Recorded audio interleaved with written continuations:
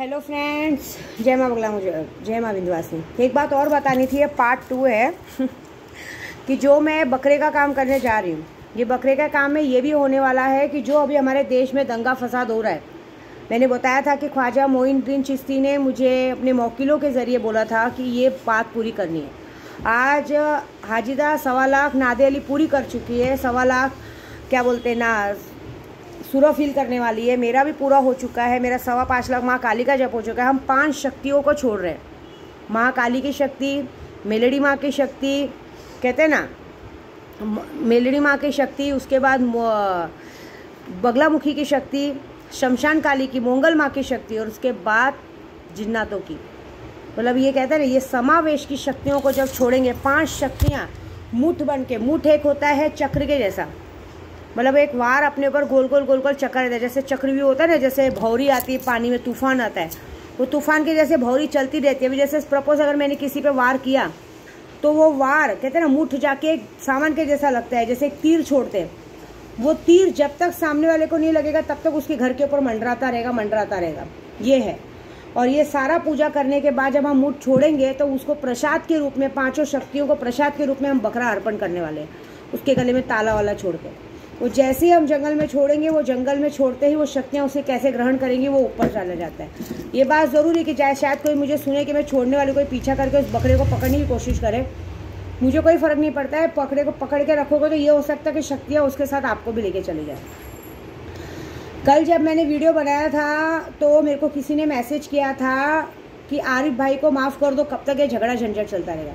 तो भाई मैं तेरे को एक बात बताती हूँ कि तेरे घर में तेरी माँ बहनों को ड्रग्स नहीं दिया ना, नशा नहीं दिया ना, इसके लिए आज भी वो आदमी वही काम कर रहा है। समझे? अगर आदमी सुधरता भी है ना तो अलग बात है, आज भी वो आदमी वही काम कर रहा है। वो माफ़ी की उम्मीद ये रख रहा है, माफ़ी नहीं मांग रहा है। हमारे यहाँ पे एक आदमी से उससे लड़ाई झगड़ा किया, मैं उसका नाम नहीं लूँगी, हमारी गोराई में उसने एक आदमी से मारा किया। उस आदमी को बकायदा उस आदमी ने भी उसको कुत्ते के जैसा मारा, लेकिन कौन सी हड्डी की जान नहीं गई। उसके बाद इस आदमी ने क्या किया रहेगा, उस आदमी के हाथ पैर जोड़े, मिठ्ठे से उसको हाथ पैर जोड़ के प्यार से उसको अपने पास बुलाया, अपने पास बुला के उसको माल दिया। जब उसने माल खींचा तो उसको पीछे से कोयते से और बॉटल से उस पर वार किया। हालांकि सामने वाले ने भी उस पर अभी केस नहीं किया, सामने वाले सब ढूंढ रहे। आपको ऐसा लगता है कि सिर्फ आरिफ की दुश्मन मैं हूँ? आरिफ को इस पूरे गोराई में कम से कम इतने लोग ढूंढ रहे हैं कि बस वो हाथ में मिले तो मारे।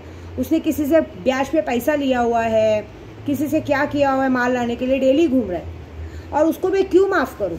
इसलिए माफ़ करूँ कि वो फिर से हमारी ज़िंदगी ख़राब करने आए, इसलिए माफ़ करूँ कि फिर से वो दिन दहाड़े गोराई में फिर से लड़के जमा करके गांजा शराब बेचे, ड्रग्स बेचे। उसके चक्कर में हमारे गोराई में कितने लोग मर चुके हैं, पता नहीं है क्या आपको? जो लोग उसका साथ दे रहे, बहुत प्यार और बहुत भाई भाई निकल रहा है। इसका मतलब लगता है भाई भाई चोर चोर मौसेरे भाई हैं। ये तो बात लग रही मुझे। एक और बात बोलनी है, मैं इस पूरी दुनिया में ना अपनी माता रानी के बाद अगर सबसे ज़्यादा प्यार किसी से किया है तो अपने बच्चों से और प्रदू से किया है। उनके बारे में बुरा बोलना तो छोड़ो, उनके बारे में गलत बोल भी नहीं सकती। कल मुझे बोला गया कि मैंने षड्यंत्र रचा मेरे को पता भी नहीं है। मुझे तो मेरा घर में जो बेचारा एक लड़का ड्राइवर की नौकरी कर रहा है, उस बेचारे ने मुझे बताया कि मैडम ऐसा ऐसा हुआ। उसकी ईमानदारी सोचो, बल्कि हमने और भी लोगों को छोड़ के रखा था। जिन लोगों को छोड़ के रखा था उन लोगों से मेरी ये आँख खुली कि उनके छोड़ने के बाद भी वहाँ तक हमको खबर नहीं आई। मैं जिन लोगों को काम दे के रखी थी उन लोगों को भी मैं 10 बार पूछने के बाद वो लोग मुझे डिटेल्स देते थे, ऐसे नहीं बताते थे। सोचो, वहाँ पे उसके मेरे प्रदू की गली में एक लड़के को छोड़ा हुआ था। लड़के को छोड़ने के बाद भी वो लड़का हमें इन्फॉर्मेशन नहीं दे रहा है। जब मेरे लड़के ने मुझे इन्फॉर्मेशन दिया तब वो लोग बोल रहे हैं हाँ हमने बोला। मतलब सोचो, यहाँ सिर्फ लोग पैसा ले रहे हैं, पैसा लेके काम करना नहीं जानते। पता नहीं कौन से बेसिक पे इनको लोग काम देते हैं, जिनको भी काम दिया जाता है कि इन लोगों में मेरे को लगता है सिर्फ बड़ी बड़ी बातें ज़बरदस्ती वो करना, काम का मतलब ही नहीं मालूम है। तो जान दो, मुझे उससे मतलब नहीं है। मुझे मेरी लड़ाई लड़ने आती। मैंने एक ही बात सीखी, मेरी लड़ाई है ना, मेरा परिवार है ना, ऐसी बात है। और एक और बात बताती हूँ, हमारे परिवार में चाहे कितनी भी अनबन हो, चाहे बच्चों में, चाहे जिसमें जितनी भी अनबन हो, लेकिन जब मुसीबत का वक्त आता है ना तो विद्या देवी सबके लिए एक बराबर खड़ी है। मेरे मन में किसी के लिए भी पाप नहीं है। और एक बात बताऊँ, किसी के चढ़ाने से बोलने से मुझे कोई फ़र्क नहीं पड़ता है, क्योंकि मैं जैसी हूँ वैसी ही हूँ। अगर कोई जाके ये बोले ना कि मैं अपने प्रभु के लिए षड्यंत्र रच रही हूँ, तो ये तो एक बेवकूफ़ इंसान ही बोल सकता है, क्योंकि पूरी दुनिया जानती है कि मैं अपने प्रभु के लिए मर भी सकती हूँ। जीना तो बहुत दूर की बात है, क्योंकि मेरे पास उसके सिवा कोई नहीं है।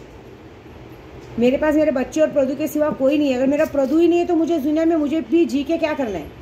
लेकिन मुझे पता है, मेरी माता रानी ने जब मेरे गले में मंगलसूत्र डाला है ना, माहौरगढ़ की रेणुका माँ ने जब ये मंगलसूत्र डलवाया ना मांडरची काड़ूबाई ने, तो ये उसकी लाज रखेंगी और बखूबी रखेंगी। और एक बात ज़रूर है, जिसने मेरा सुहाग लेने की कोशिश की है ना, अगर मैंने भगवान माता रानी ने उसको विधवा नहीं बनाया ना, तो विद्या देवी नाम की नहीं, वो भी अपना सुहाग खो बैठेगी 2 दिन के अंदर, ये रविवार तक। ये बात है, मेरे मन में कभी किसी के लिए छल कपट नहीं है। मैं हर किसी को माँ बन के, मैं अपने प्रदू को भी ना बीवी बन के तो प्यार करती हूँ, लेकिन एक माँ के जैसा केयर करती हूँ। मेरे दिल में उनके लिए कोई छल कपट नहीं है। उनके दिमाग में अभी फ़िलहाल उनके दिमाग में गुस्सा आया है कि कोई इंसान घर तक आ गया। मैं उनको ये समझाना चाहती हूँ कि वो कोई तोप नहीं है कि हम उससे डरे, रास्ता है आने जाने वाला। हाँ, वो घर तक आके पूछो, वो उसकी गलती है। वो ऐसा दिखा रहा है कि हम उससे डरते हैं, कोई बात नहीं, उसको आने दो। उसको जितनी बार आने दो, वो जितनी बार आएगा, बल्कि जब हमारे घर तक आएगा तब हम उसको गिरा के मारेंगे कि भाई तू हमारे घर तक क्यों आया। और दूसरी बात, आरिफ शेख को देख, वीडियो मैं बनाती हूँ, मैं तुझे बोलती हूँ, तू मुझे एक बात बता, इन 4 सालों में तूने प्रदीप धावारे की गाड़ी लेके गया चोरी करके। इन 4 सालों में मेरे प्रदीप ने कभी तुझे फ़ोन किया, कभी तुझसे बात की, कभी तुझसे मिलने की कोशिश की? उल्टा तू 18 मार्च को भी तू उसके सामने आके खड़ा था, उससे तेरी तरफ देखा, बात किया तुझसे क्या? मुझे बता।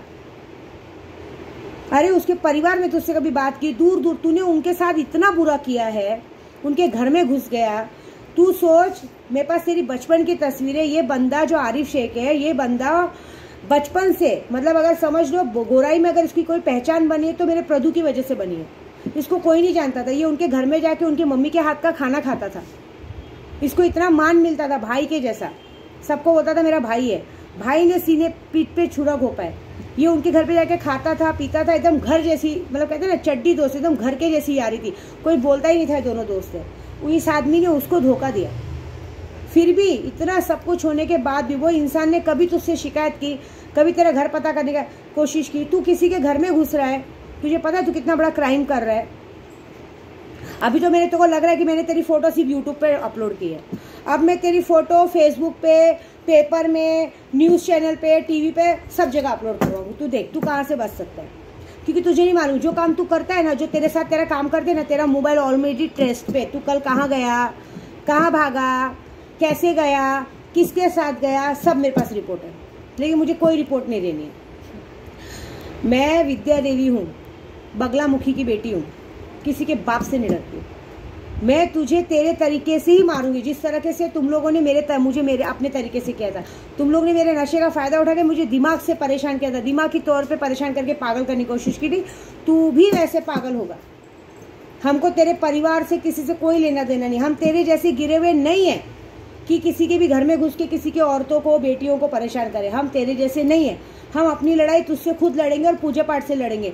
मैं अगर माँ बगलामुखी की पुजारी हूँ, माँ काली की पुजारी हूँ, मेरी इष्ट मेरी काली है, कामाख्या की दीक्षित पंडित हूँ, मेरे में दम है। अगर मेलड़ी माँ को मैंने साक्षात सिद्ध किया है, तो इन 2 दिनों में तेरे साथ जो होगा, और ख़ास करके जिसने तुझे मैसेंजर पढ़ा है ना, तेरी मौसी लोगों ने, तेरे दोस्त लोगों ने, उनके घर में मौत होगी ही होगी, ये लिख के लेना। और उनकी मौत होगी जिसको वो बहुत प्यार करते, क्योंकि तेरे इतने बड़े बड़े उनके बच्चे हैं। तेरा उम्र क्या होगा, 30-32 साल होगा, लेकिन अब तू बुढ़ा हो गया है। तेरी हालत क्या है, लेकिन तेरी उम्र के उनके बच्चे हैं। जब उनकी जवान बेटे की मौत होगी ना, तब उनको समझ में आएगा कि तेरा साथ देने का उनको कितना बड़ा मौका मिला। क्या होता है देख, पुलिस में तुम लोग बेशरम लोगे, तुम लोग पुलिस से बच जाओगे, कोर्ट कचहरी से बच जाओगे, लेकिन पूजा पाठ से कितनी भी बाबागिरी कर, मेरे आगे चल गई ना तो मेरा नाम बदल दूंगी मैं। ये वादा है मेरा। जितने लोगों ने तेरा साथ दिया है, उन सबके घर में 2 दिन के अंदर मौत होगी। ये लिख के लेना, मौत होगी तो होगी। रविवार तक मुझे खबर आएगी कि मौत हो चुकी है। ये वादा है मेरा। देख तू। जय माता दी।